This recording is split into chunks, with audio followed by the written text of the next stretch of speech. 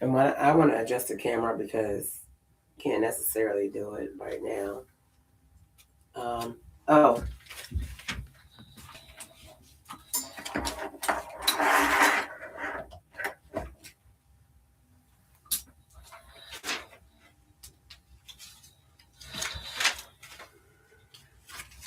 I feel like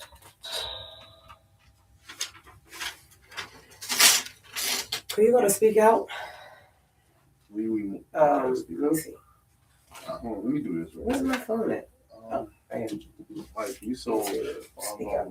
I got a different phone. That's the reason why I asked you if you gonna go speak out.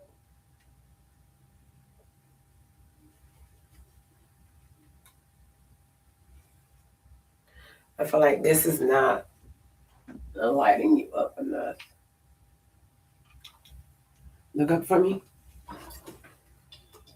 This camera is not as graceful as the rest.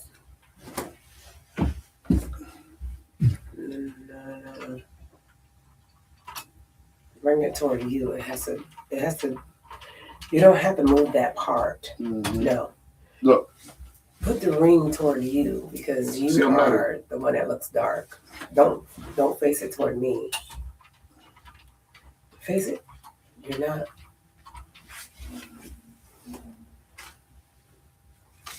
Face it toward like just the top part. Just swivel it. You don't have to do all of that you just did.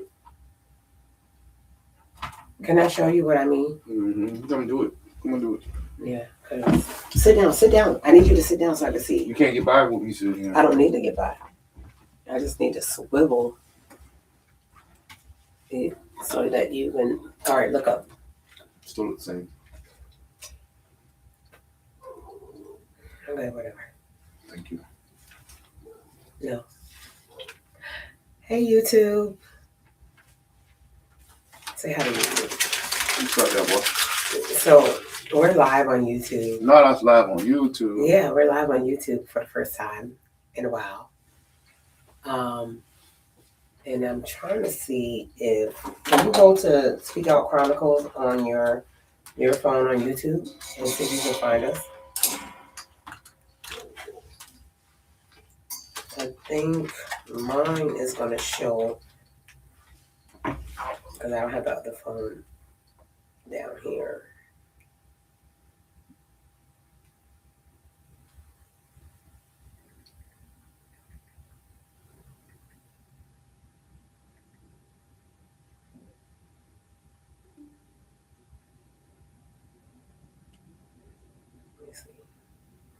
It's showing me something.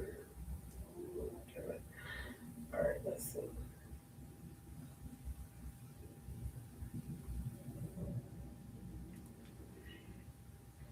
Hey.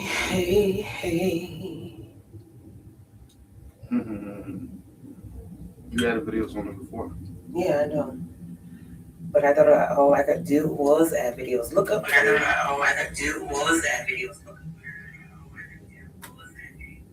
Okay, so that means the audio was good, so that's a good thing. You got the other mic for me?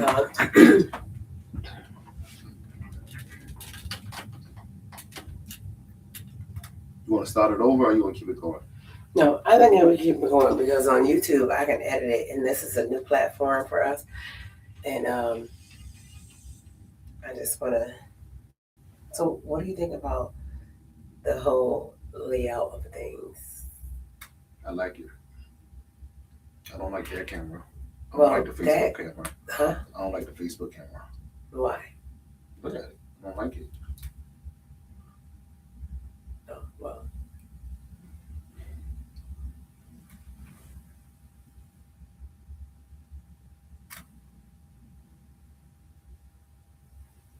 I just don't like the angle of it. That's because it's following you. Sit back.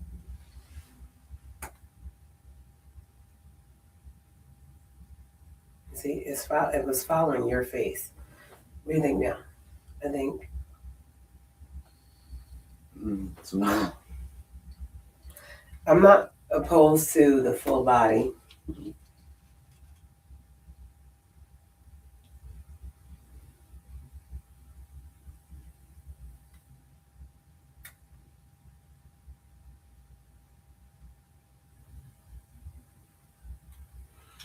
I think throughout second Adrian, I think throughout the process, we're just going to have to we got to figure out how to,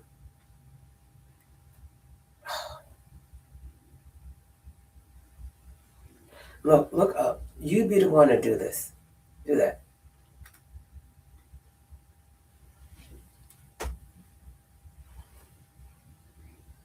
Because it's motion.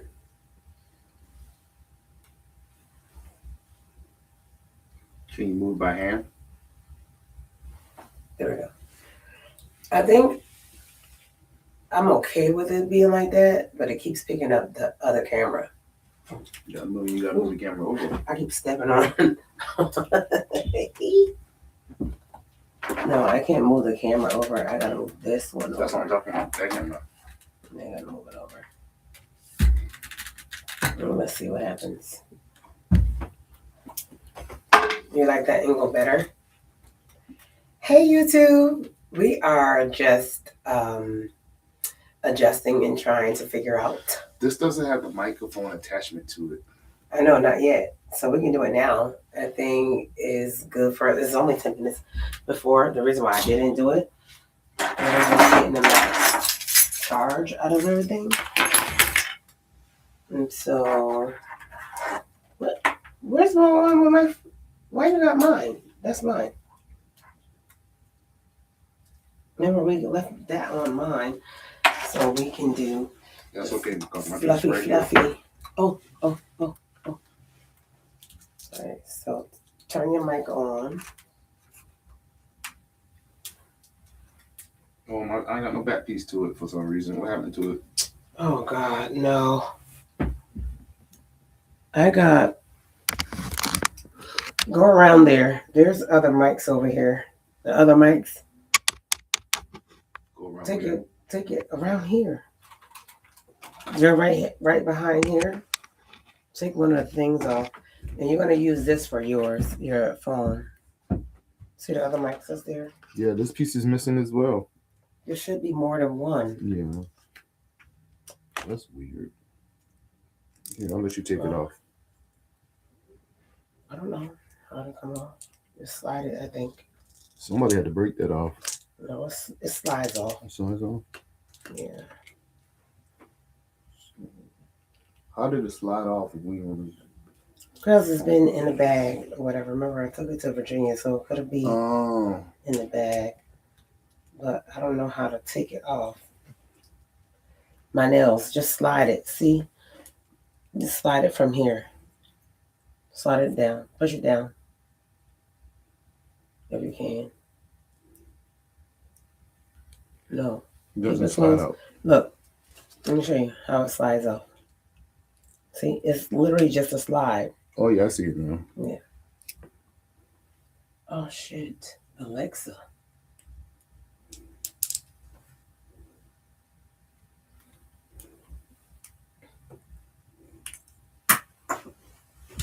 You got it off? Mm-hmm. Okay, good.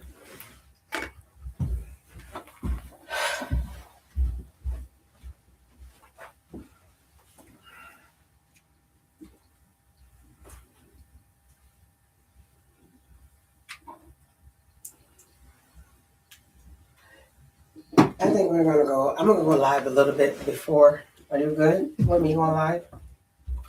On here? Then we can just talk to the people. We'll go live on Facebook. Because that's the most complicated one. You can go live on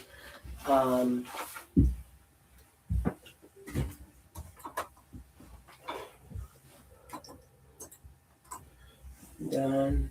Go live. Hey, lovelies.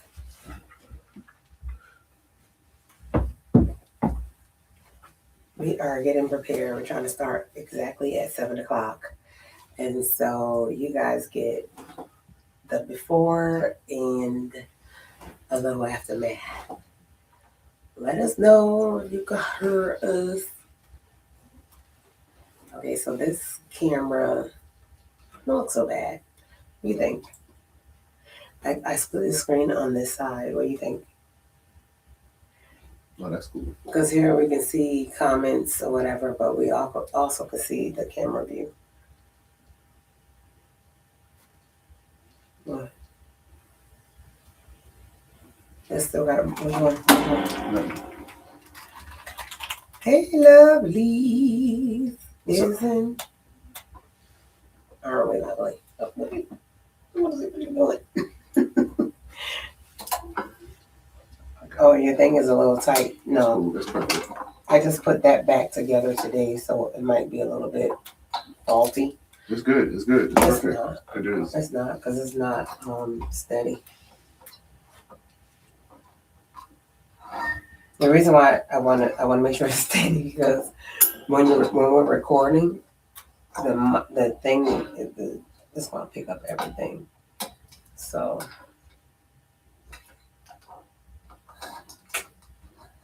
that must not be tight enough.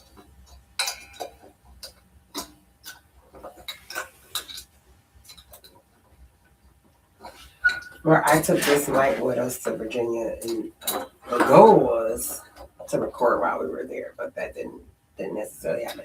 All right, see if that works for you. This fine. We gotta talk into the mic. YouTube. Hey, Facebook. Oh, hey, Auntie Brenda. Thank you so much. Thank you so much. Tonight is going to be an interesting and deep topic. So thank you guys for joining. We wanted to get on a little bit earlier than normal just to make sure that everything is working, because we are now not only on TikTok Live, Facebook Live, we're on YouTube Live as well.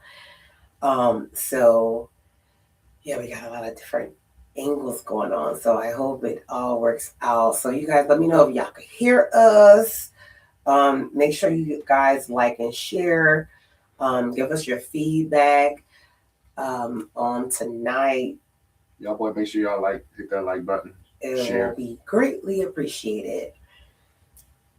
Because instead of us just going with our normal series, we still have 2 episodes on that series that we had originally started with.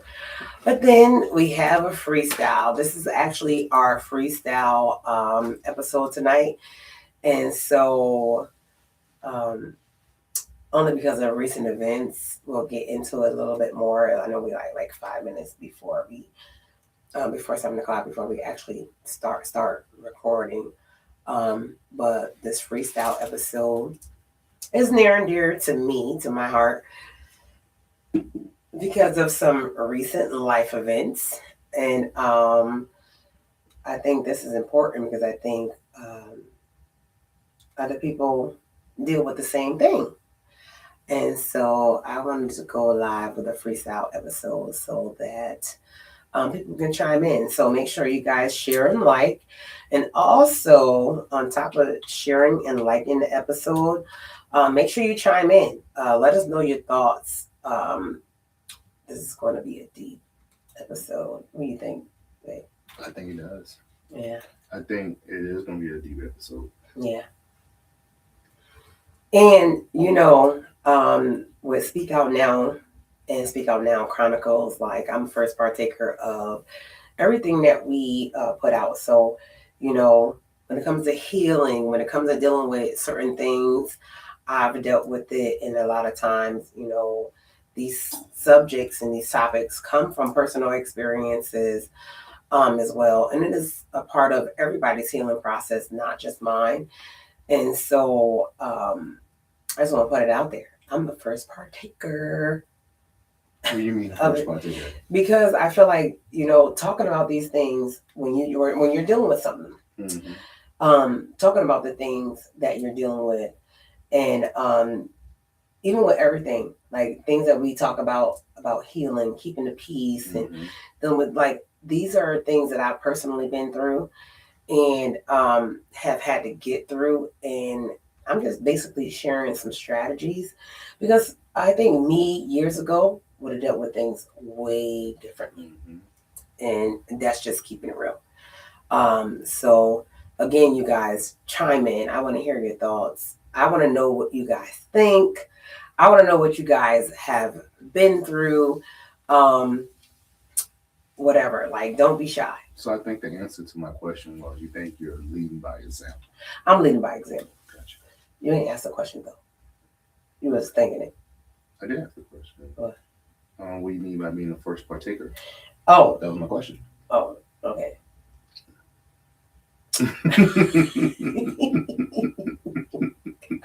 Okay. Wait, wait.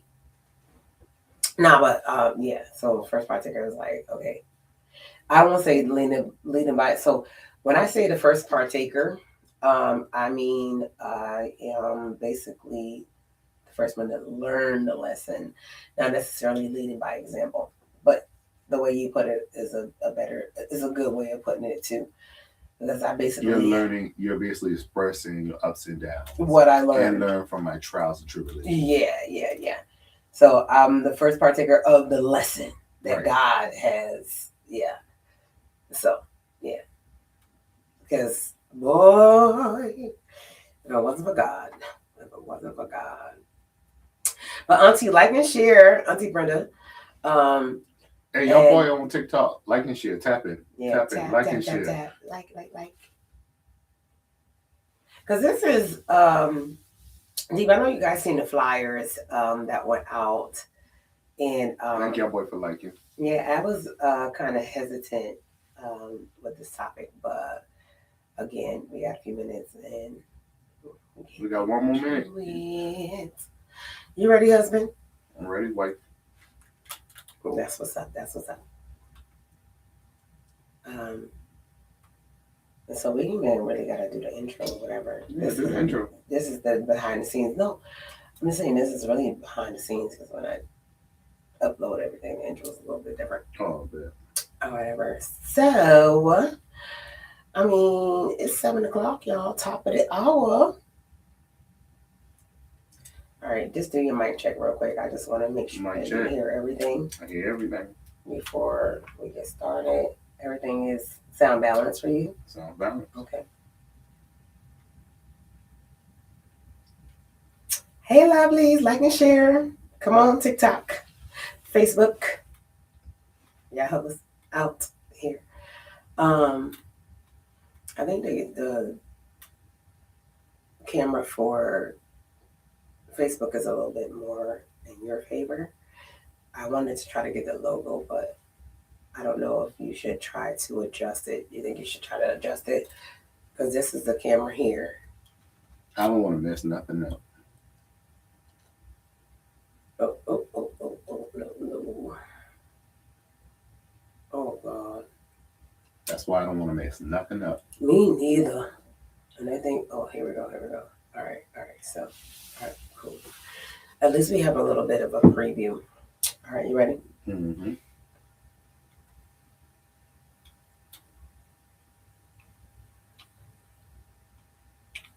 Thank y'all boys for tapping in. Hey, lovelies. Welcome back to Speak Out Now Chronicles. I'm your host, Zeta Nicole. And I'm James Haynes. What's up, y'all boy? What's up, lovies? What you forgot? What's up, y'all boy? What the mix is? It's been a while since we have recorded live the podcast. So thank you guys for joining. Those who are here, we had a little pause because unfortunately we had a little tragedy. My dad passed, but tonight's episode is personal. It's actually about my dad's passing. So on January 20th, what is going on? Oh, Wanda. I'm sorry, y'all. Oh, it ain't moving fast enough.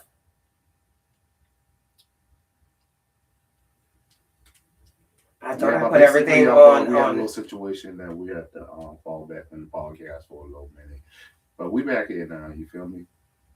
We back in full effect tonight. Yeah, sorry, y'all. I go that airplane mode, I guess, when it's on Wi-Fi, I guess it still comes through. Um, but anyway, sorry, you guys. So on January 20th, 2026, I lost my father. Um, and while losing a parent is one kind of pain, during this tragedy, dealing with family dysfunction during this loss is a whole nother thing. So tonight we're going to talk about grieving while dealing with toxic family, because sometimes you're not just burying your father, you're bearing illusions, expectations, assumptions, and the version of the family that you hoped would show up. Mm. So, what made you decide to talk about this tonight? I wanted to talk about it tonight because I feel like so much has happened, right? And I've shown so much grace. And while dealing with all the issues, I had to save face and be the calm me when inside of me was like exploding. Mm-hmm. It was exploding. Mm-hmm. Yeah. So I guess I'm a strong person, but because too many strong people suffer silently, Mm-hmm. and I am one of those people. Um, they carry the arrangements, they carry the bills, they carry the logistics, and they carry the criticism, and nobody checks on the strong one. And I feel like that in itself, when it comes to a death, people should rally around each other and kind of be supportive. But um, I didn't have that. I didn't have anybody checking on me, and I didn't have any. Well, I ain't gonna say anybody. I'm sorry. I'm sorry. Because you did have support. I Yeah, had few people mm-hmm. that supported me. The ones that I thought would support me did not. Mm-hmm. Agreed. Siblings, Mm. to be exact. Mm. Mm. Mm. So anyway, so when you become the point person, basically, that was me. Mm-hmm. So when my father passed, everything shifted overnight. So we were there. Uh, I don't understand why everybody knows that this is time. All right. So anyway, again, I have to edit that out. When you become the point person, right, which was me, Mm-hmm. my father passed. Everything shifted overnight. We were there January 15th. We got into town. Right. And Daddy passed on the 20th. Right. Um, but the days leading up to that, I feel like my world, I would think I was in like, I want to say the twilight zone. Um, so once he passed, of course, I set up everything Mm-hmm. before then. I think we need to, I think I'm getting ahead of myself, right? Right. But so when he passed, Everything shifted. everything shifted. Right. But let's talk about before he passed. Before I get to what I already have about the calls that would need to be made, Mm-hmm. things, decisions that need to be finalized. Um, Hospice nurse. Yeah, it's like the intangibles. Like Yeah. last year when you went up there, you was up there. Right after we got married, like right after we came back from our vacations, like Yeah. you got the call from hospice, like like you got the call from the hospital, like I think she get up here, Yeah. because you was the DOA. Yeah. You feel me? You was on the paperwork, so you got up there, whoop the woo, you got stuff, the ball rolling. You Yeah. feel me? And then A medical and regular power of attorney. right. I'm talking Yeah, medically at this point. You feel me? Okay. So last year you got the call. I'm like, you really gotta go? You're like, yeah, I gotta go. I gotta go tonight. I'm like, I know I say left that. you. You left me. Yeah, Yeah, you was I up did. there for a week before I got up there, because during that time I had to work. You feel me? Yeah. And then like we was up there for that week. Like you got the ball rolling. You Yeah. feel what I'm saying? You was making contacts with different people, was networking. Shout out to the family member who really helped out a lot. Deshauna. Yeah, My big ups to cousin her. Deshauna. So you linked with her, you feel me? Yeah. During that time, like you taught the pops, you feel me? Even before that, I'm only speaking from my perspective. You feel me? Before you even came, before we even got married, right? I had already talked to Daddy about his wishes, and at first he was giving me a lot of pushback. He did not want to talk about it. It was like a lot of times, he wanted it was like a party. Everybody was celebrating him or whatever. Right. And even that week when I left you, they had a cookout. Yeah, and even that week, like he had told me a few things, but he hadn't told me a lot. Right. And I think that it was kind of dealing with the fact that he was dying, and nobody knows what that feels like. Right. You know what I'm saying? I don't know what it feels like to know that I'm dying, and it's inevitable and it's coming soon. I think your mental, it had to play on his mental a lot. Yeah, but even with the tangibles, it started like I can't say it started back then. I can recall. From my perspective, like you went up there for a week, you was like, "Oh, my daddy want a recliner." You feel me? He's not comfortable. We bought him a recliner. Got him a recliner. Because the bed was this is before the hospital bed, before he even got in hospice. That's true. Like even with the funeral homes, like, yo, what we gonna do? What are your wishes? Pops told you want to be cremated. You feel me? It's like, yo, I want to go next to my mom. You feel me? It's like talking to him, having that conversation with him, and getting involved on that. Well, you know what? I want to say this. Like, there is something to be said about talking to you, because I'm a daddy's girl. You know that. Anybody who knows me knows that I'm a daddy's girl. Right. And to hear my father say to me that, because he didn't have insurance, all right?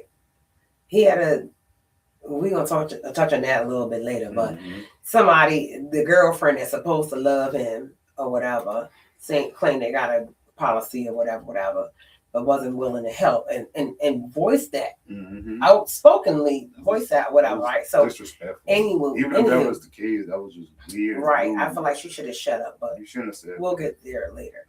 Not here, not there. Toxic. Right. But my dad said to me, he said, "I know I don't have insurance. Right. I don't want to be cremated, but if you have to cremate me,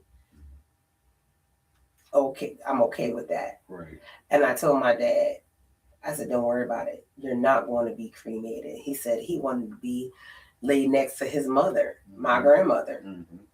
And I said, "We're going to make that happen." And that's something I don't think people realize. Like, your name was on that contract. Yeah. So whatever happened or whatever wasn't paid, it would fall back on. It would fall back on us. Not you, us. Yeah. It would have fell back on us. Yeah, because we are one. Yeah, like it would have fell back on. We ate that. We were like, that, no problem. But we ate a lot of calls leading up to it. I don't even talk about it. But so, like, just we ate a lot. Like, it was a lot. Like getting them a whole new wardrobe, getting them chatty house people making like, "Oh, you going to a nursing home?" That's not there, but we'll get there. Because it was a lot. So it was a lot, and it's being that place of peace for him. Hey, Pam. Yeah, I think that because all throughout the years, and I can't really speak for all his other children. I know that me and my dad were who we were to each other, and I've always helped him with professional stuff, paperwork, medical, whatever it was. I've always been that, and since I was 22. You know what I'm saying? I'm 40 something, y'all. You know what I'm saying? Yeah, I'm doing the math on my 40 head. Something. And so, having to deal with that and have to save face and be strong, and not really, because I'm daddy's girl. And even when he was going through things or needed stuff, he did not like to ask, but he would ask. And whenever he did ask, I knew that he really needed, because he was always the one to give me stuff, cars, and like, listen, my dad has given me a few cars and always took care of me. When he was up, I was up, always. And I just want to shout out like G right quick, because G really showed up for Pops. Man did too. Like G and Man. Like your cousins really showed up and showed up for him. His siblings too. Yeah. But like seriously, like a lot of people did. I feel like a lot of people did. Daddy's siblings showed up the way my siblings should have. Because at the end of the day, again, shout out to my aunts and uncles. Even if you were, even the wives and the husbands of the aunts and uncles, like y'all really showed up and showed out, and it really showed me the love, what family is. I mean, not like they haven't done that before. I'm just saying I've never been through this experience. That was just their time to shine. Yeah. They really showed up. Even the ones that I haven't talked to for a long time or whatever, because I always talk to my dad. But oh yeah, he'll mention aunts and uncles. Certain ones I would talk to on the phone, but like you guys really did y'all big one. Like my daddy would be proud the way y'all kind of stood behind me in this whole situation. For real. I love y'all very, very much. So I know we got off on a little tangent. We was kind of leading up to this. So leading up to it, I think I don't really want to touch on that because I feel like we all kind of collectively did. That's what I said. Everybody did. Yeah. Facts. Leading up to it. So January 20th, 2026 will forever be different for me. It was life changing. And so we got there on the 15th. And I think I want to say 18th or 19th. And I don't think I shared this with you before. I was wondering, because Daddy was so, remember when we first got there, he was like still greeting us and hugging us and being able to reach his hand out or whatever. I think around the 18th or the 19th is I was like, why is he still here? Not that I wanted my dad to die, but I felt like he was suffering. And medication, administering medication outside of myself was even a difficult task because I felt like people just weren't doing what they were supposed to do, but that's neither here nor there. But I just felt like, he was suffering, and I'm just like, what is he holding on to? Like, why is he holding on?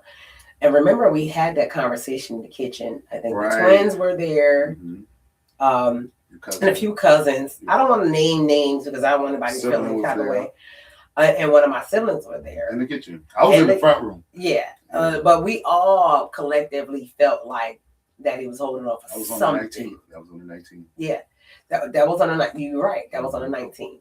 But on the 18th, I felt that. And I didn't voice it. But on the 19th is when we all collectively had this conversation. Like and share, lovelies. Like and share. In the kitchen.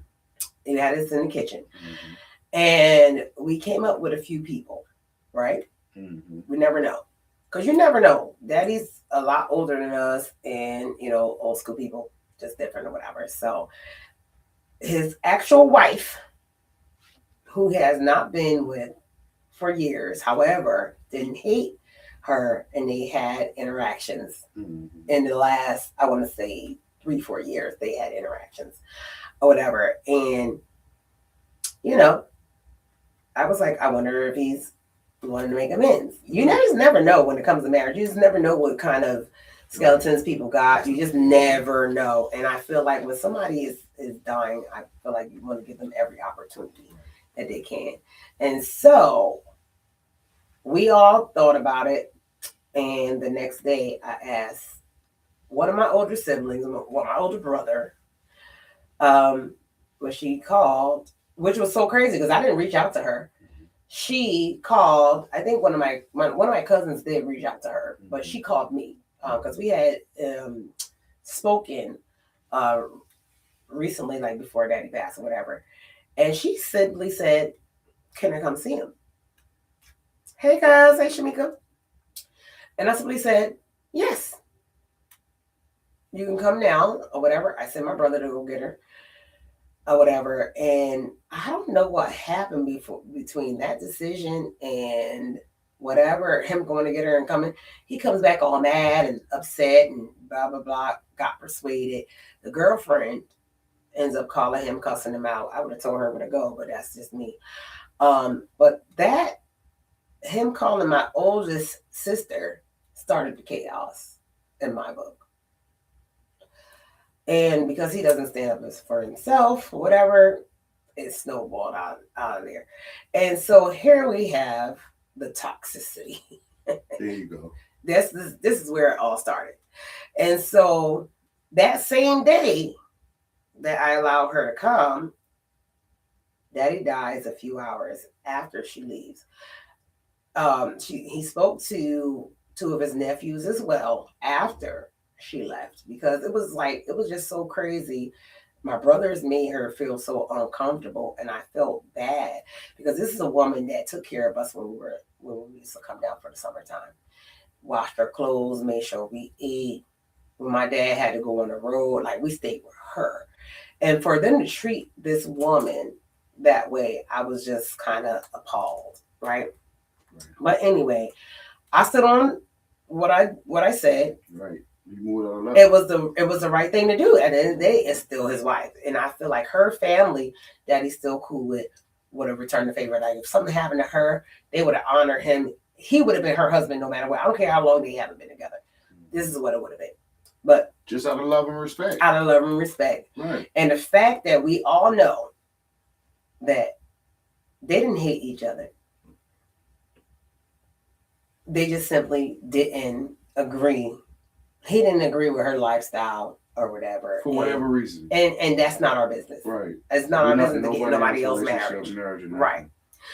So, anywho, January 20th, 2026. Daddy dies. What was it? The nurse was actually on her way. Right? When he flickered the light.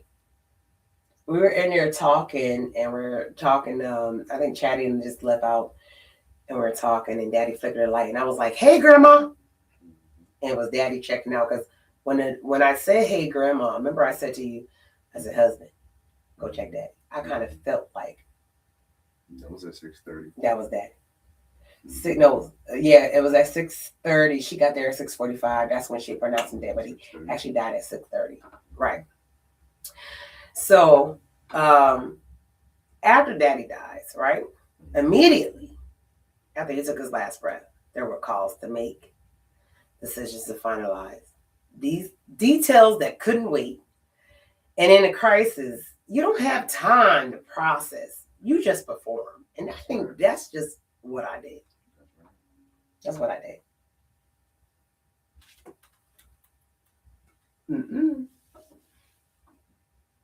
You show up. Somebody's on the wrong script. That's the last one I sent you. Where you at? Right here. Yeah. But in that time, when the nurse show up, I set this up last year. Okay, who to call? Who's gonna pick up the body? It's crazy to say the body because it's Dad. You know what I'm saying? So that stuff had to be done prior to. I had to take care of that part. You know what I realized? And it was during that time you clearly see who does what. Like, some people disappear, some criticize from a distance, some question decisions they didn't help make, and then there are those who stand beside you. So, True. like, you're way beyond where we are. Where you at, right? Right here. So my question to you is, forgive him, y'all. Nah. So my question is, did you feel like you had permission to grieve? No. My sister said it best. Like, I was literally on go mode. Like, once Daddy passed, after he took his last breath, hospice showed up, pronounced him. They called it or whatever. Immediately after that, they were like, "What time do you want us to come pick him up?" I'm like, 11 o'clock, just to give whoever time to come, right? So decisions had to be made right away. There was no, don't get me wrong. I was like the security. So my older brother was there, and my little sister was there. And I let them both go in before me, and I stood in front of the door and made sure that they had time with my father, before, so no, uninterrupted. Because a lot of times when we were in there, a lot of people were just kind of bombarding in, like just bum rushing or whatever. And so I gave my siblings the time. And remember when I went in there, I told you to stand outside the door, because I think that's the only time I really like cry. I mean, I cried when we were praying and stuff like that, but you know, I really had the time alone with him at that point. But the decision still was already had to be made before I even did that. Right. So did anyone ask you how you were doing? Outside of you? Yeah. Sister. Two of my aunts, one of my sisters, sister, Misha. Not many people asked me that. Like, how do you handle responsibility when you're emotionally overwhelmed? Just push through.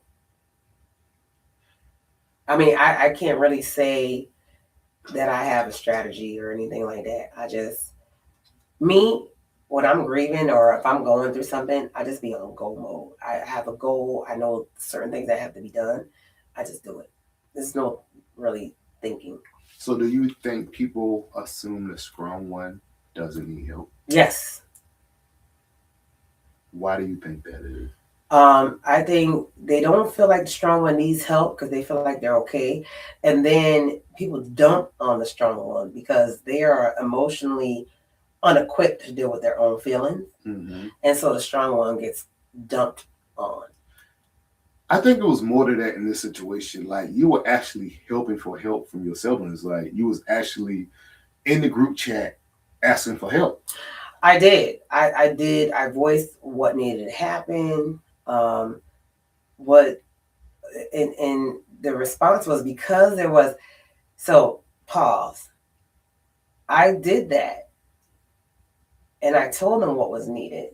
But they were so consumed with this girlfriend that was causing chaos amongst us that they were, oh, she's sitting at the wrong time. It was 4:00 in the morning. Nigga. It was a text message. I was up. It was a text message, but I was up 3 and 4 o'clock in the morning along with other people who were helping me make things happen. Right. So that's the time when it was happening. And I had to process or think about it and send it to you. That's the beauty of a text message. You ain't got to reply right then. Right. Just simply look at it later and reply later. So how do you feel about not getting a response, and how do you handle that situation? I really didn't care about not getting a response. However, I got a phone call from my oldest sister, and she was like, oh, nobody wants to call you. Nobody wants to talk to you. So I figured, oh, you my sister. I don't care. I'm going to call you anyway. Right? She said that. And I'm like, dude, we're trying to marry my dad. Like, all this drama to the girlfriends, she's irrelevant. You know what I'm saying? So I'm like, all right, whatever. And so when she made that phone call, I tested the theory. And what I did was I posted something in the group, in our sibling chat. Nobody responded. I tell my little sister to post it. They responded. So what's the difference between stepping up and being forced to step up?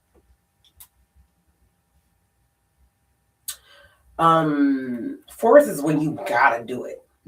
Right? I stepped up because my dad asked me, and I was happy to do it. You know what I'm saying? I was honored to do it because I love my father. You know what I'm saying?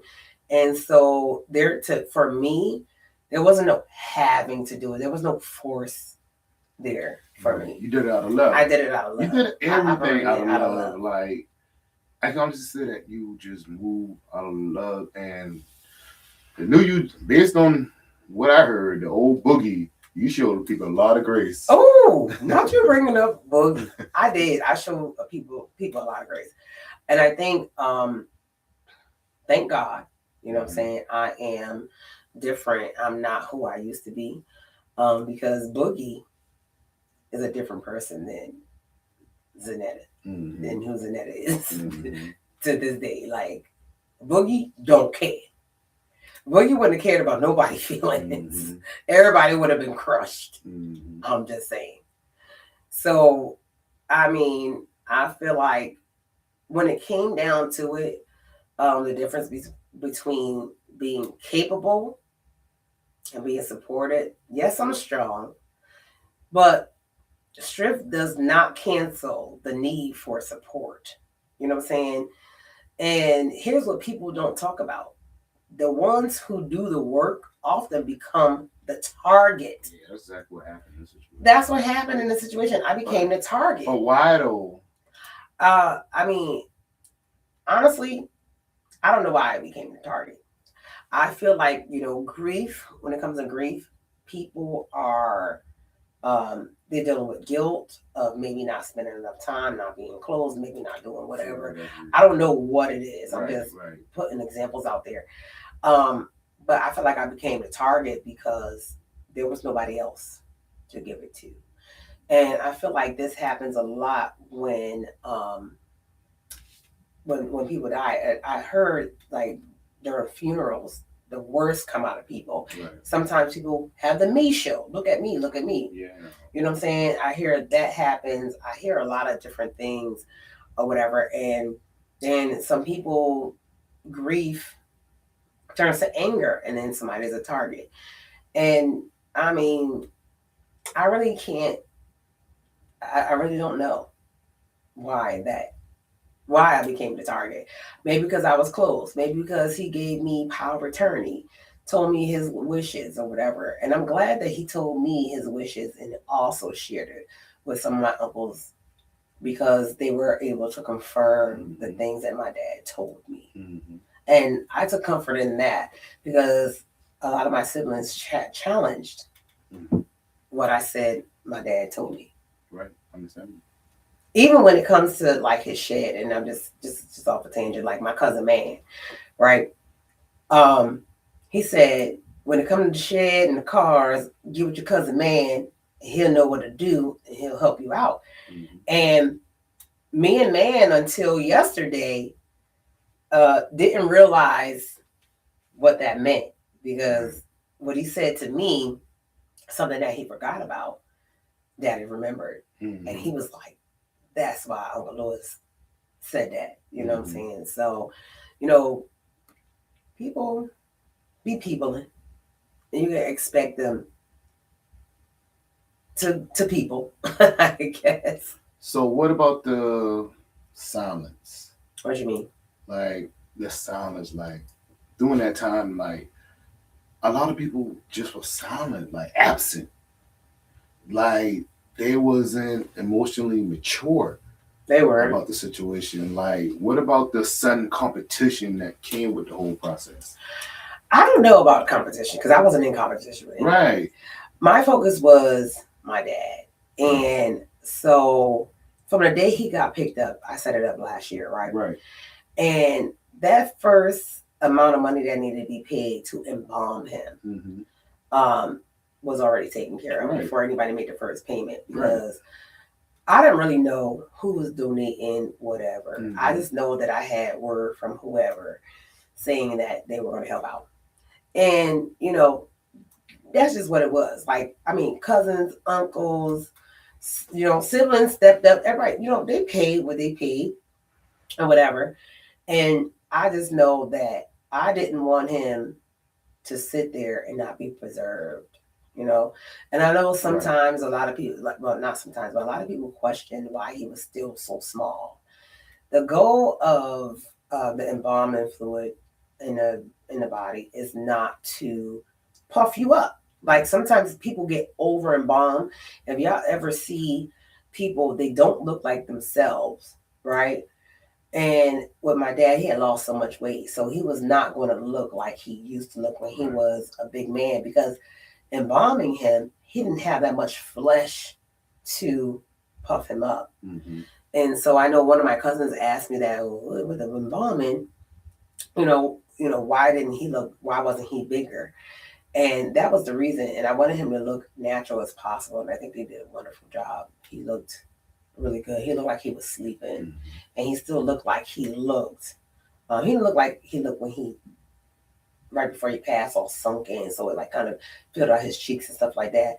But there was if they over embalmed him, he would look crazy. Right.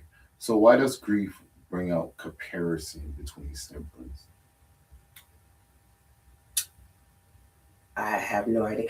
I think I don't know, but I can only speculate that maybe people feel like they lost time or whatever.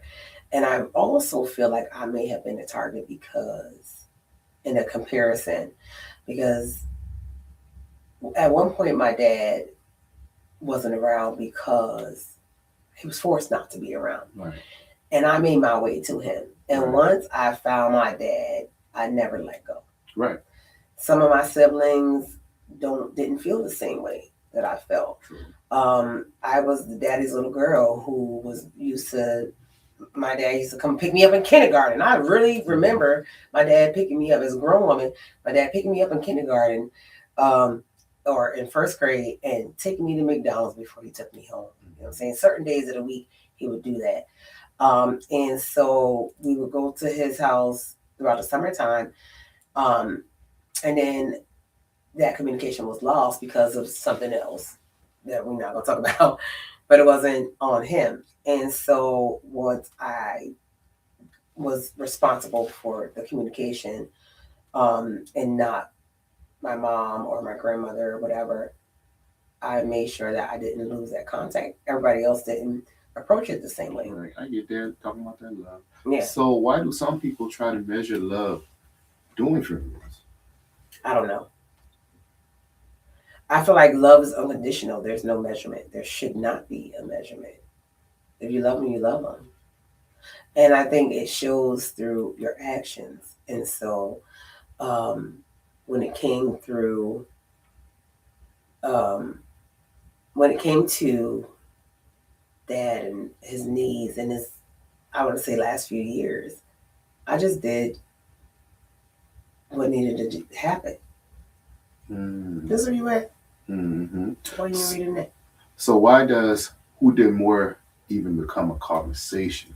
Because when we was there, a lot of people, like we was inside chilling with the family. A lot of people was like, I wouldn't say a lot of people. Some of us was outside talking trash.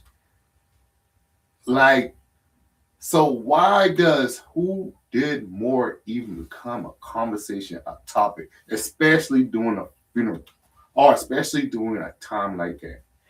Honestly, I can't answer that. I have no answer. I ain't daughters, but I can't really answer that because that was never my things. Because I feel like when it comes to that, like grief is in itself is heavy, right? But double grief, when you're mourning a parent and then mourning the support that you thought you had from them, and they're in competition and they're doing all that, like then I was grieving the silence, the absence, the emotional immaturity, the sudden competition. Like, why are we even in competition? How did this become a competitive thing? Right. So do you think jealousy showed up during the time of loss? I feel like a lot of things showed up. Such as? I feel like jealousy, maybe resentment on some people when they took it out on me. Um, I feel like some people, I ain't they cup of tea, and they ain't like to swallow me. Came out, and people who I can't even say people because the people was good. I want to say siblings. The family. I want to say siblings. The family was good, and I was trying to be general, but let's be clear. Certain siblings, their true feelings came out. Yeah, but like that job was weird. Like we sitting out there moving out of love, and people was out there just talking trash. That job weird. Like, can unresolved childhood traumas issues resurface at a funeral? Oh, I think it definitely did. I think it definitely did because I feel like when it came to siblings, everybody had a different version, I think, of daddy. And I think um and I say everybody had a different version of daddy. And I want to big up my dad right now because at the end of the day, everybody felt like they were his favorite. And secretly feeling like I was the favorite. But if you hear them talk, they will say, "Oh, daddy entrusted me with this. Daddy did that. Daddy did." And I commend my father for making all his children feel extremely loved because they all expressed that. But even though they expressed that, I was the target for whatever reason. I don't care what. If you stump your toe, Netta was the reason. Netta was the reason. I mean, you stumped your toe. I became a target as well. Yeah, you did. I did. You did. You I was became just a target chilling. as well. Like, I was just great, cooling by your side. Yeah.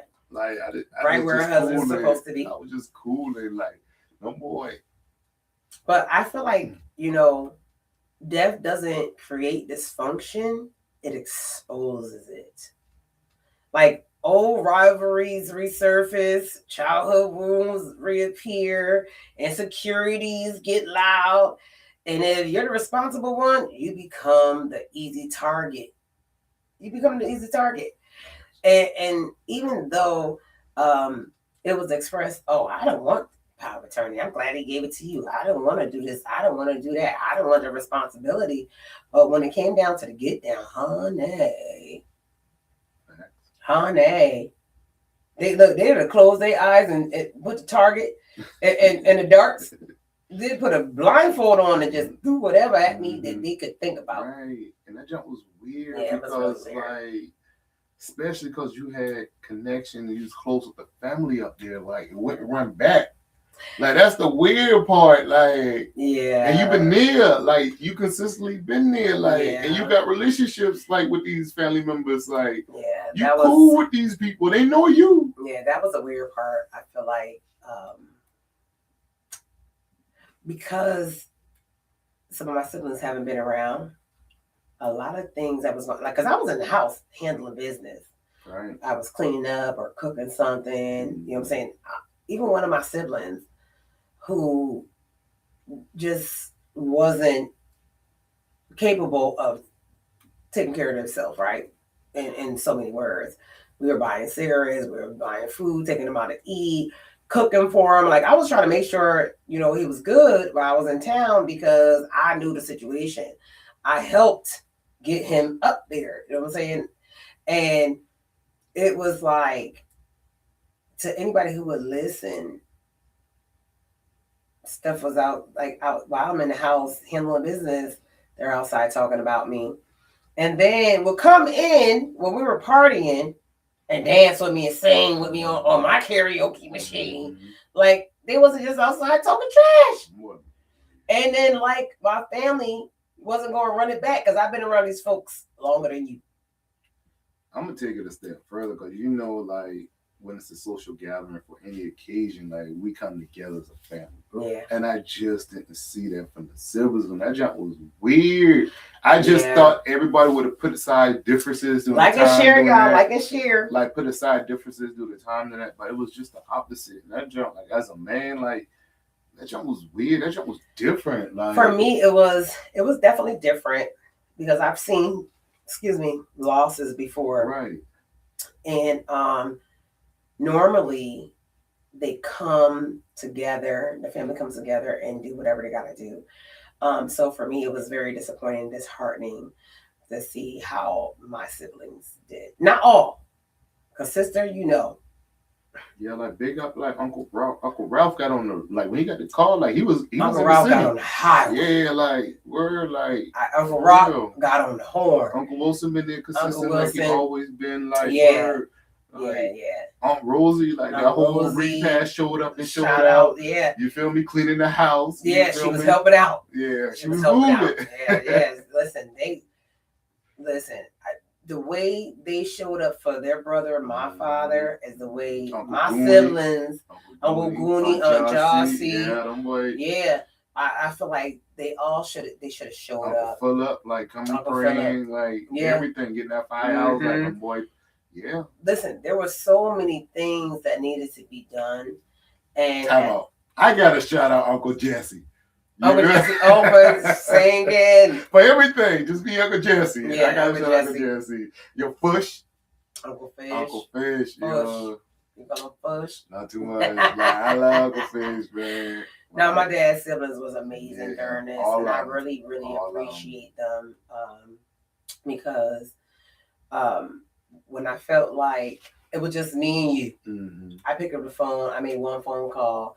Aunt Rosie was on the horn. Uncle Ralph was on it. Got on the highway. He came out, and I'm glad that Uncle Ralph. Big ups to Uncle Ralph because let me tell you something. I was standing over my grandmother because it was snow out there. Mhm. I said, I know my dad want to be next to his mama, Mhm. and I was standing on top of my grandmother's grave, and I did not realize it until Uncle Ralph came out there. Mhm. Even though the boy was an hour and a half late. For a 20-minute drive. For a 20-minute drive. But it wasn't Uncle Ralph's fault. It wasn't Uncle Ralph's fault. But my siblings, and we ain't gonna talk about how that all had to be handled. Digging the grave and setting up the Yeah, but people don't understand, like, even that part, like getting the affidavit man already coordinating all that, like getting all that together, like talking to them boy, that's an extra fee too. Yeah, you feel me? Like them boy, like it was a lot. Yeah, like even getting the permission because that's owned by the military base. Now, like, even though it's our family Mhm. cemetery is owned by the military because they took over a lot of that on our land. And verifying that he was crazy. Actually a Berryman, his connection to the family. There was a lot of moving people. We had to prove that he was an immediate descendant of my grandmother, her mom, and like. And then even making sure they had to vote out there too. Like, it was a lot of moving people, a lot of moving pieces. Like, but I feel like in this whole thing, I feel like I was misunderstood. Why do you feel like you were misunderstood? Because like I remember my older brother, the man boy,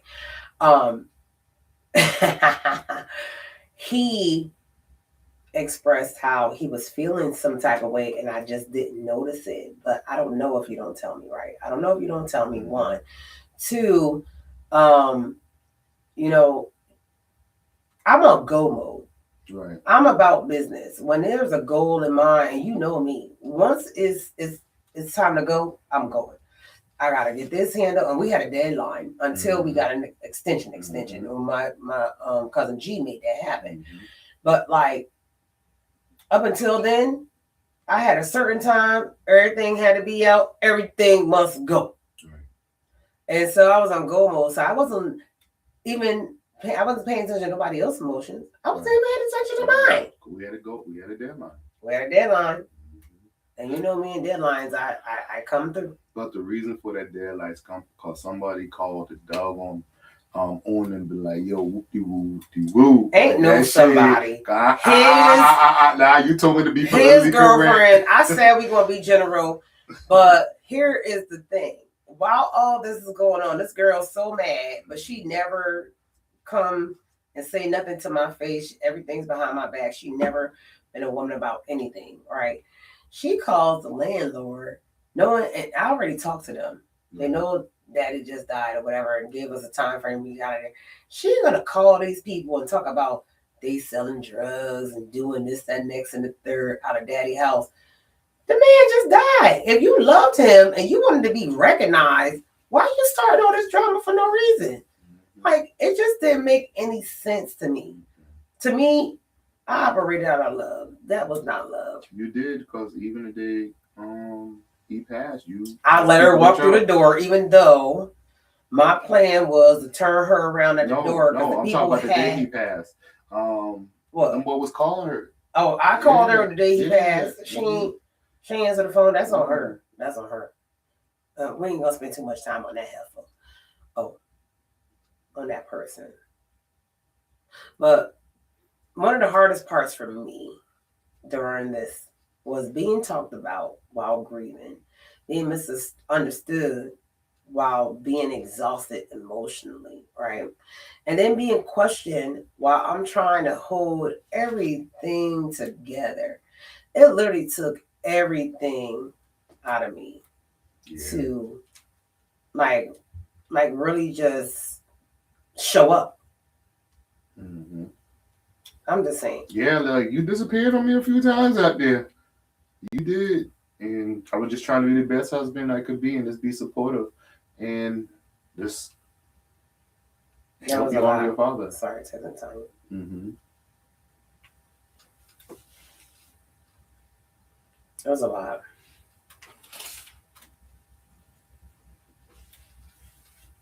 She told me to text her about it was like, sorry.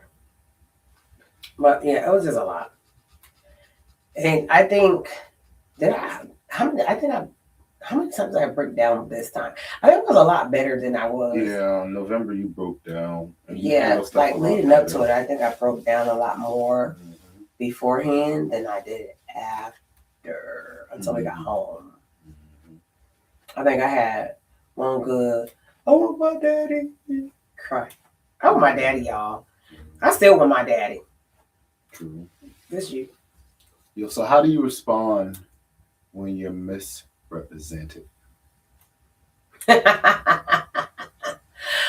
At first I didn't respond much. But until I think what was it, yesterday? I think it was the day before yesterday. I decided to say something. Well, I ain't gonna lie, I was a little petty. I came guns a blazing at my brother because I texted him one thing to send me a picture of something, and then he tried to come for me, and I took the bazooka out on him and just really went off on him. And my other brother got it the next day. Well, yesterday. Was it yesterday? Day before yesterday. And then my sister, Tammy, got it. Because I found out that she was being a phony baloney. I'm here, I thinking we got a sisterhood. And you talking trash about me like I'm forcing you to drink. We all grown. I just feel like I said, like we said earlier, grief brings out a whole lot of stuff. And it brings out a whole lot of hate that people have for me. Right. People that I didn't know, like my sister, I didn't know that she had hate for me. I'm thinking this is my big sister. You sure you're using the right word, hate? Hating, jealousy, whatever you want to call it. I don't know what it, to be honest with you, because I'm not the one who feels it, because I've never been jealous of anybody. Right. Or envious of anybody. Mm-hmm. I've never wanted anybody else's life. And if it was something that somebody had and I feel like, oh, how can I do that? I would ask them, like, don't be gatekeeping. Right, facts. Don't be gatekeeping. I'll let you know how I got what I got and blah, blah, blah.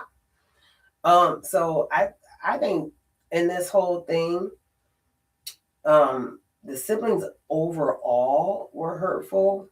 My little brother, I kind of expected him and his wife to be who they were. Mm-hmm. Junior, I didn't, but my sister, thinking, and I had high hopes, even though I had questions. Knowing the truth really hurt me. You know what I realized? A lot of people lack discernment, the ability to read a room. Like, ooh, they just missed that day when them boy was passing out discernment. Like, them boy stepped out of line. Like another day, like common sense. So it's like discernment is the ability to read a room and just like be observant and see what's going on and adjust accordingly. Mm-hmm. A lot of people just ain't got that emotional intelligence. What makes you say that? Thing showed, boy. What makes you say that? Yeah, cause like when you like moving, like you just kind of get in when you fit in.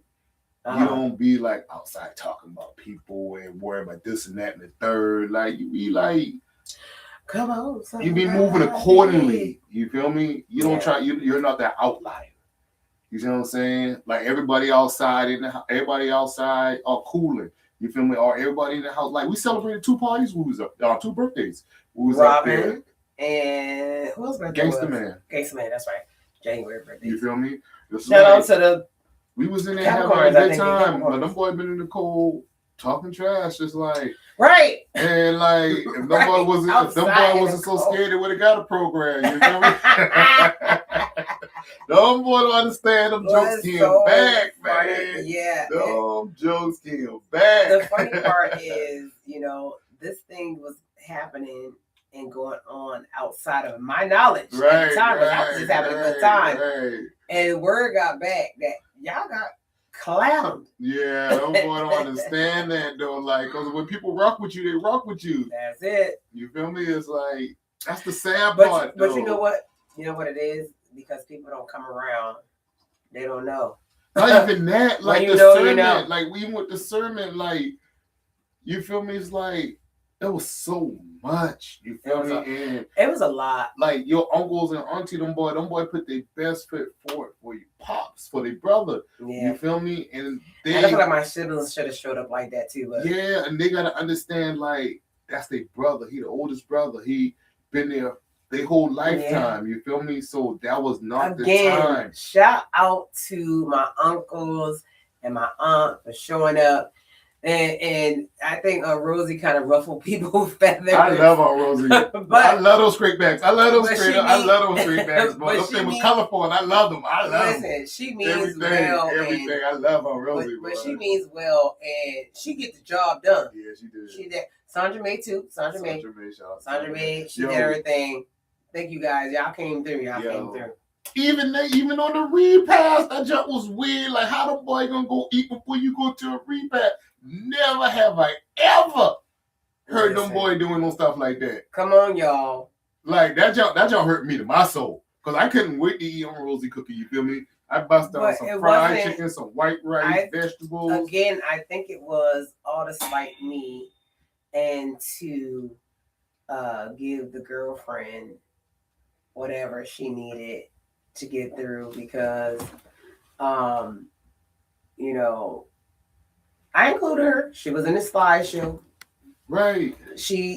Lucky I put her in there as a special friend. I remember she used to say to my dad, "Oh, I won't be your special friend." That's what she ended up being.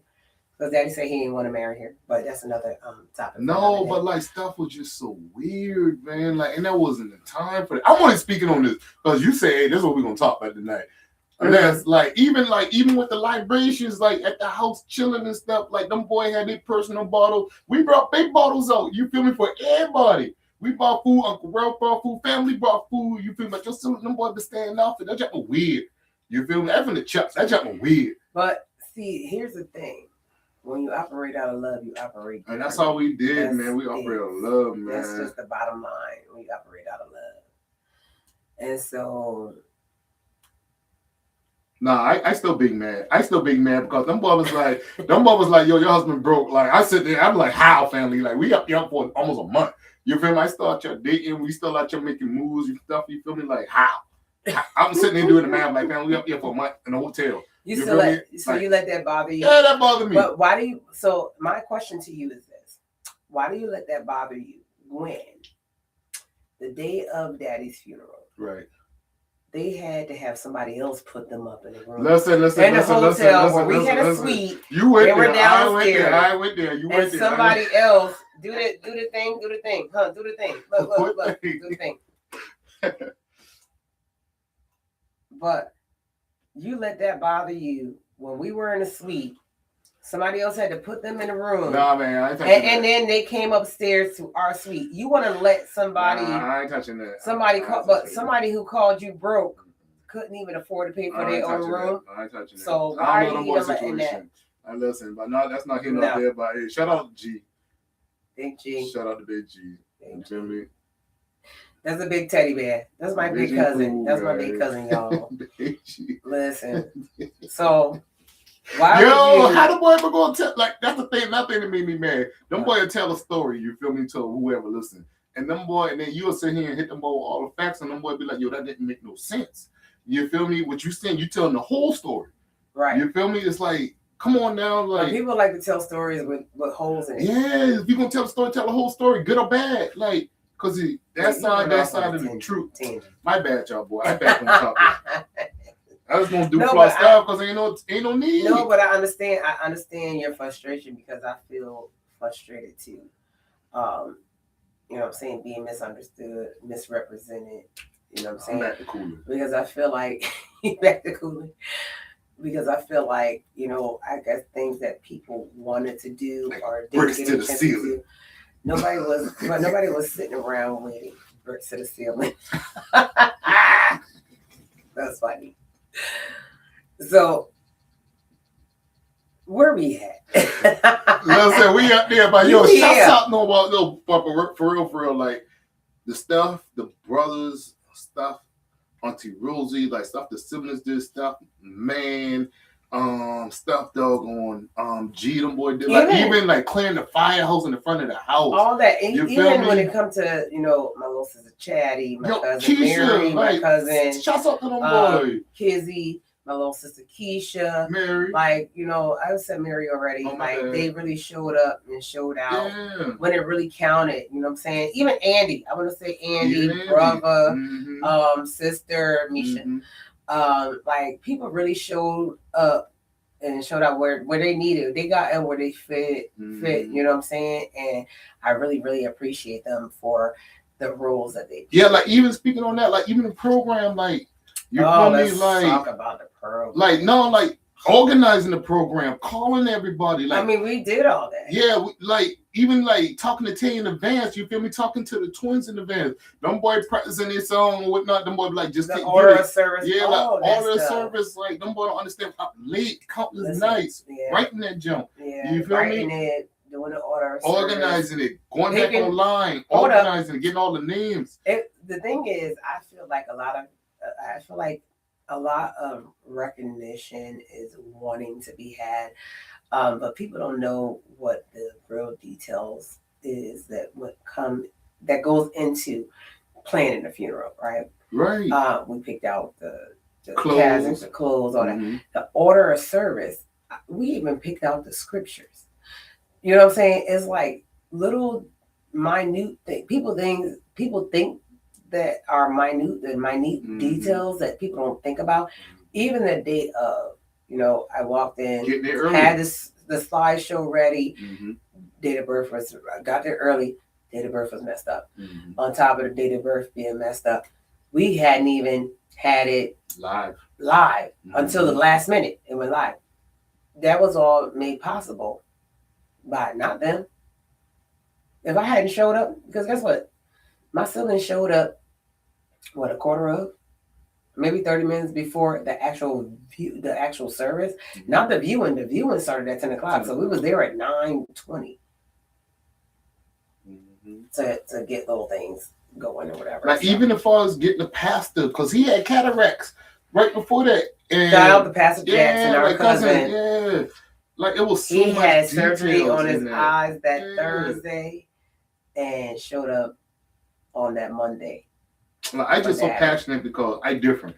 You feel me? Yeah. Like the culture in the city. That says a lot. Yeah, the culture down here is different. It's like my morals and values different. It's not just down here. Like okay. Up there is the same with my family. Right. My siblings were the problem. Like I don't feel like, because when it comes to my uncles and aunts and them, the traditional like our elders, agreed. They showed up. You stand on tradition. You stand on morals and values. Right. Right. And so, I think it was more so my siblings, not Daddy's siblings. Daddy's siblings did exactly what I'm used to. Right. My siblings did something I don't even know. It was just weird to see their jump. I don't know who they are. My bad. Just saying. Or did you do all this? Go. My bad, y'all boys. So he don't want to tell you because you feeling some type of way. Yeah, because I've been cooling. Like, I've been cooling. Like, but it's okay to cool. I'm practicing being observant. You feel me? Did you ever want to correct the narrative? I did want to correct the narrative, and I didn't for a while until the last few days. Okay. Only because, I feel like so the night of Daddy's funeral, everybody thought it was beautiful. I think it was beautiful with the Cowboys. I think that was that casket was off the chain, and the Cowboys and Gangsta Man giving us Stickers. the stickers for the casket. I think that was dope. Mm-hmm. It really kind of gave it a oomph. Mm-hmm. Um, but but yeah, I wanted to correct the narrative, and I didn't for a long time until I couldn't take it no more, Right. and then I did. Right. Took you a while to come around that curve. Yeah. So, what stops you from reacting emotionally? Daddy. No, What? I'm Wusan over here. Why you sorry? I'm trying to be observant and be a better version. So of me. I didn't. I tried not to react emotionally because I wanted for everything to go off without a hitch. Right. And so my dad was my motivation, Mm-hmm. and I didn't want anything to mess up what we had set in place Mm-hmm. for Daddy. I wanted his. That's the only reason why I let that idiot walk through the door, because I was going to ban her. Mm-hmm. But when I was fixing the slideshow and everything, and she tried to, I guess she thought she was going to beat us there. When she walked through, I was just like, Daddy loved her for whatever reason. He loved the thought. So I just like, whatever. And then she goes up there and takes a selfie with my dead dad, which is very disrespectful. Just saying. That's on you. So anyway, so I didn't say nothing for a long time because of Daddy. But you guys, silence is not a weakness. Silence is sometimes discipline. I realized something powerful. Not every lie deserves a response. Not every misunderstanding requires clarification. And because when someone is committed to misunderstanding you, no explanation will satisfy them. And the same goes for when somebody is committed to painting you out to be the bad guy and painting you out to be a certain person. Yeah. No explanation will satisfy them or stop them from doing whatever. And so the role of a supportive spouse. Oh, let's talk about you. One thing I will say is that my husband stepped in. He carried the weight without ego. He really stepped in where it really matters. And when he saw that I was getting overwhelmed, he stepped in. Even he protected me in my peace when I was tired, too tired to protect myself. And even when I didn't even know that I needed protection. Mm-hmm. Because the conversations that was going on, I guess they thought he was supposed to just sit there and listen to the crap that was going on, the crapola. Yeah, but we was out you protected together. me. We went through that whole process together. Yeah. And I simply did it out of love because I know how much you love your dad. Yeah. I know how much everybody love Pops. You feel me? So I just simply moved out of love. Very true. Like, yeah. So what does support look like during grief? You? Yeah, I just did whatever it take to make you happy. And like, I just was trying to be the best support I could be with however I look. Yeah, and even now, like I really appreciate you. Because even now, you recognize when I need that. Mm-hmm. And even when I don't, like I'll get frustrated and get overwhelmed and get mad or whatever. Mm-hmm. And I don't even know that I need your support. And you just kind of mm-hmm. come in and make me recognize like, dang, I really needed that. Mm-hmm. Yeah. Mm-hmm. Insider. So how can spouses support? Excuse me. How can excuse me, that insider messed me up. How can spouse support without escalating conflict? Just be there. I mean, just be there and recognize your person and know your person, I guess, because I think if you didn't know me, because a strong person that I normally am, I think I'm able to be vulnerable with you, and you can see that stuff. Listen, true story. Here's an example. You disappeared on me when them came down in them programs. It's like, it was down to the wire. You feel me? Like we was asking for it. We went to one print shop. I'm like, yeah, just go there. Woo.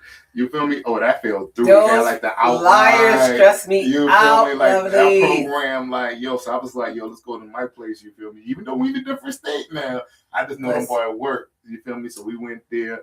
You feel me? We made it happen. We got as much copy. Like those flyers expensive. They was expensive. Those flyers, those programs were very expensive because but it was dope.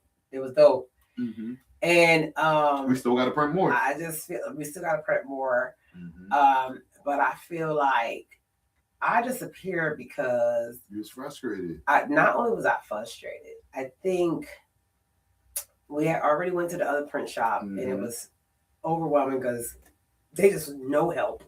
Mm-hmm. Not on top of them not being any help, I'm reading the flyers. I'm looking at the picture of my dad. Mm-hmm. And I'm saying to myself, this can't be real. This is tomorrow. Yes. I don't want to do this. Yes.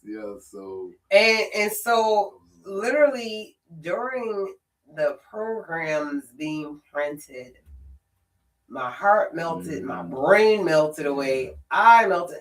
I couldn't do no more. Yeah. I was like, go ahead and sit down, wife. I got it. So I talked to them boy, got them boys straight. Like, hey, that's what we're trying to do. Like even like little stuff like folding the programs, you feel me? Printing programs aside for your siblings. Yeah, because my kids help me. Yeah, like shout kids out to the kids. Shout out to Cena. Yeah, like shout out to everybody. You feel me? Sing to the bean. Yo, like shout out to everybody. Yeah. Even the slideshow that night, man. Sister and Auntie came through. Like, even like calling different people, yo, like, can you do XYZ? You feel me? Because people switching up, like. You feel me? People calling and saying, I want to do X, Y, Z, organizing that. That was a lot. You having the host, you right now what the host got to do or what they got to say. Listen. You feel me? It's like, big ups to Tay for a minute. Tay did that. Hey, cousin Tay, he did that. Big ups to Tay in that doggone Bobby Brown suit. You feel me? I loved it. I told him for he looked good though. He looked good. You shot. My cousin Sinestra, she did her thing. She did her thing too. Rhonda, the kids, everybody, even Pastor. Yes, they did. Everybody did their thing. Like it was just like so. We went through so many people asking them what to do X, Y, Z. But it all worked out, and it was beautiful. Like we were so tired. I was. Yeah, we were so tired. Like. So, what's the difference between defending and inflaming? Basically, like that means like you defending yourself versus lighting somebody up. I know. So I was thinking because I feel like at times I wanted to defend myself and I didn't. Mm-hmm. I kept the peace for Daddy. And I wanted to flame people at the time. I did it after. Yeah. I did the defending and inflaming after the fact. Because they kept picking. Them boy kept picking. Kept talking to certain people like they ain't gonna run that jump back. Like that was. So how do you support someone who is grieving family conflict? I think that's a question for you. Oh, I'm about to write an ebook on this jump. You feel me? I'm about to listen. No, but how do you support? Like, just be there. Just show up for them, boy. Just be consistent. Just move with love. Just show them grace. You feel me? Like you have. Yeah, like you feel me? Because you took you a while to come around that corner. You still come around that corner, but you feel me? A whole lot better. It's like you process and stuff. It's a lifelong process. You got. I know, because I'm never want to see my dad in the flesh again. I think that is the thing that I have not wrapped my head around yet. Mm-hmm. I know I'll see him again, because I'm spiritual. I'm a Christian, and I know to be absent. Right. But like the facing the fact that I can call my dad. Right. And I'm like, he's on my plan. I don't know when I'm gonna turn his phone off. It's there. Mm-hmm. he's had a phone for like 20 something years. Mm-hmm. I remember when I had my 703 number, we was on the same plan when we started out. Um, shoot, 2003. Mm. He had a number since 2003, I think. And so just wrapping my head around that, like, I don't know. But I appreciate your support. So support is quiet sometimes. It's steady. It's not about fighting battles. It's about helping carry them. And you've been doing that. And when family shifts, you realize who your real covering is. And I realized that in this. Um, so let's talk about boundaries because we dragged this out, right? But I just want to say this. After January 20th, I made a decision. I would not let grief make me bitter. I would not let the chaos steal my character. I will not argue over things that don't matter in eternity. Like people saying about who did what, who did this, that it doesn't matter to me. I'm not proving anything anymore. Here is a service to serve a notice on you guys. Everybody that's been, I ain't gonna say everybody, siblings that's been trying to make it seem like they did more than they did. None of it matters. We don't have a balance. He's put away pretty. That was beautiful. Now let's let Daddy lay to rest and shut the hell up. We could say hell, I think. Um, so I choose boundaries, and boundaries means blocking them. I don't have to talk to you. If you're threatening, disrespectful, or whatever, I don't have to engage with you. That's just the reality of it, right? I'm not So I choose boundaries, not announcements, not social media posts like some people have been doing. I'm not going back and forth with you on social media. If you guys notice, I have not posted anything negative when it comes to this because I'm not going to do that. I'm not doing no confrontations. Boundaries means what? I don't have to talk to you. And honestly, I can forgive you. I don't have to have allow access to me. So is distance always permanent? It don't have to be, but I'm okay with it if it is. Hmm. So how do you create boundaries without hostility? Block All right. 'em. I mean, to be honest with you, like I'm not going to be a hostile person. If I Ain't choose no to just need. not, yeah, but if I choose to just not be, um, let somebody in my space, it is what it is. There's no hostility there. I don't Ain't no hate you need for or anything hostility. like that. I just choose not to allow whatever you do affect my life any Yeah, longer. agreed. Like, can you forgive and still limit access? Yep, Hmm. I can forgive you. Just because I forgive you does not mean that you are allowed access to me. All I right. have that right. So is protecting your peace selfish? No, absolutely not. Mm. It's selfless. And that's the definition of love, selfless. Yeah, I'm not going to allow people just because I love you because it doesn't change the fact that I love them. But just because I love you does not mean that I am going to be an emotional or verbal punching bag for Mhm. you.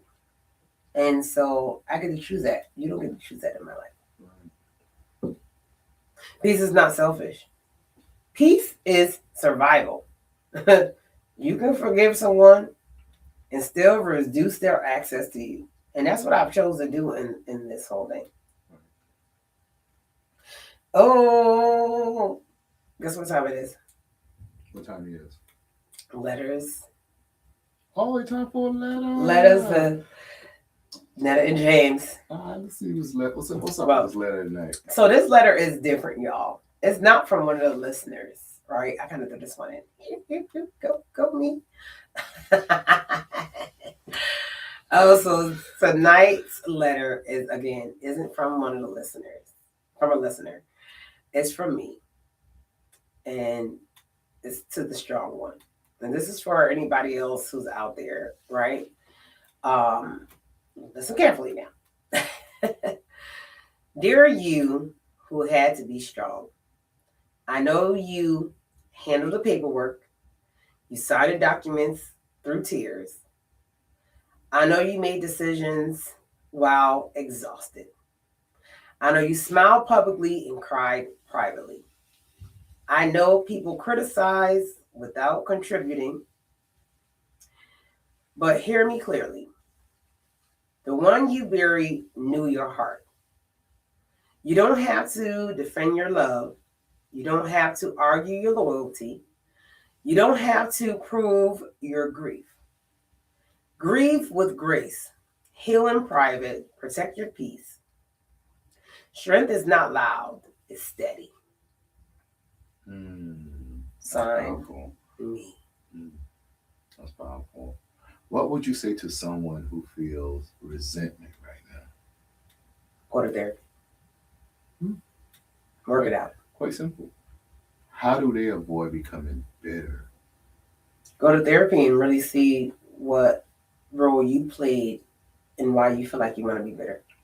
So, as a man, to my wife, the question is, how do they honor their parent without dishonoring themselves? Selves. Them or me.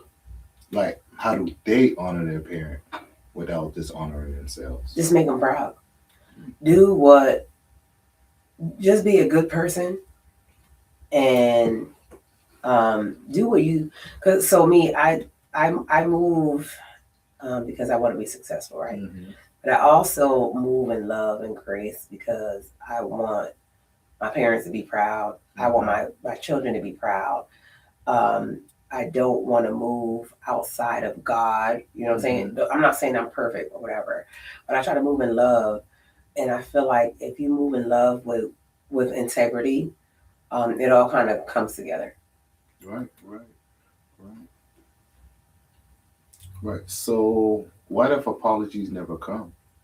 I'm fine with that. What about the apology that came and the flaw stuff came after? Say that again. What about the apology that came? How do you feel about the apology that came and the flaw stuff that happened after? Just words. I take it as just words, and I think that maybe somebody told them to apologize. It didn't come from the heart. Gotcha. You know? So moving forward. So let's talk about moving forward. Let's talk about moving forward. So we can move forward by what? Letting go of the need to be understood. Letting go of replaying conversations. Letting go of proving your heart. Because when you move in love, you don't have to prove yourself. And letting go of winning. Because this is not a competition. What are we trying to win here? You know? You honor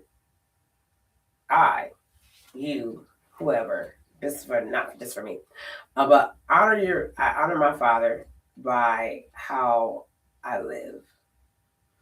I'm not, wait, hold up. Back up. You honor your father by how you live. That's fine. Not how you argue. Reconciliation is beautiful, but not necessary. But peace does not depend on it, honestly. Closure doesn't always come from people. Sometimes it comes from acceptance. And acceptance means accepting the people, the siblings, in this case. So, in closing, right? I got a scripture. I had something different up here, right? So I'm gonna do this, y'all. You can check me. Like, I can't say this enough, but big ups to the aunties, the uncles, yo. Like, big up the G, like sending your payment to one of the siblings. Yeah. Yeah. Yeah, like, you did that. You did making that. Them boy made that payment for you online. Like, big up for them boy. Big up to you, G, man. Like, even when we went to the store, you feel me? I was like, yo, you want me to get that? like, no, I'm good. You feel me? Yeah. But like, I really believe one hand washes the other. Like, big up the man. You feel me? Like, coming in, even on the tail end after everything done, still going to clean it up. You feel me? Like, even coming from his trip, like, yo, what's the balance? I got it. You feel me? Like, even like big ups to the siblings because like we had that money set aside when it was time for the offering. You feel me? Right, The brothers came together and like, yo, we got it. You feel me? Y'all good. Like, big ups to Chris, like Tay for the shirts. Yeah, you feel me? Yeah. Like everybody who helped at the repast, like cooking the food. Big ups to Aunt Rosie at the repast for kicking that devil out. Like, we ain't none of your family. You need to leave. Like, big ups to Uncle Goonie too. Like, Uncle Goonie and Jossie. Yeah, like all them boys, man. Like everybody, like them boys just everybody who stepped out of love. Right. Yeah. So I want to kind of close it out a little. So January 20th, 2026 changed my life. But it did not change my character. To you guys who are grieving, while navigating toxic family dynamics, you're not dramatic, you're not wrong, you're not crazy. You can love deeply without engaging in chaos. You can carry responsibilities without carrying bitterness, right? And I want to leave you with this scripture. Romans 12:18 says, if it is possible, as far as it depends on you, live at peace with everyone. Notice what it says. If possible, as far as it depends on you. That means you are responsible for your character, not theirs. Heal with grace, grieve with dignity, and protect your peace. I'm Zanetta Nicole. I'm James Haynes Jr. And this is Speak Out Now Chronicles. Again, heal with grace, grieve with dignity, and protect your peace. Thank you guys so much for joining Speak Out Now Chronicles. Remember to check us out at speakoutnow203.org. Check us out on Spotify as well. Thank you, lovelies. Until next time, thanks for joining our Speak Out Now Freestyle Chronicles tonight. I hope you enjoyed. All right, y'all, boy. All right, family. Peace. Well. All right, wife. We got to end these lives. Hold up. Man. What's up? I'm saying there's 1, 2, 3, 4 lives that gotta be ended. Hey, lovely. What's up, y'all boy? Make sure y'all boy like and share. He is. Make sure y'all boy like and share. Ho is you cool? That's his name. Who is that? Ho is you? Ho is you cool? I like that name. Who would that be? That's a like. Tap the screen. Them boy liking. Them boy got you up to 410 likes. That's what's up. Hey, y'all boy, make sure y'all tap. That's a funny name. Ho is you cool? Amen. Is you cool? Daquan. Oh, what's up? Oh, hey, Daquan. That's Carson. That's a dope name, though. Yeah. And he's a loving young man. He's dope. I was like, who is you cool? I ain't know what to make of that. All right, y'all boy, we about to end this live. And that one first. Thank you guys so much for joining. Like and share. We gotta end the stream on YouTube too.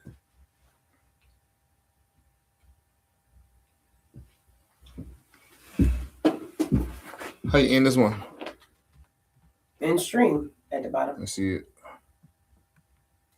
Just leave that there because I'm probably gonna have to come and format that. My apologies for going off on my tangents.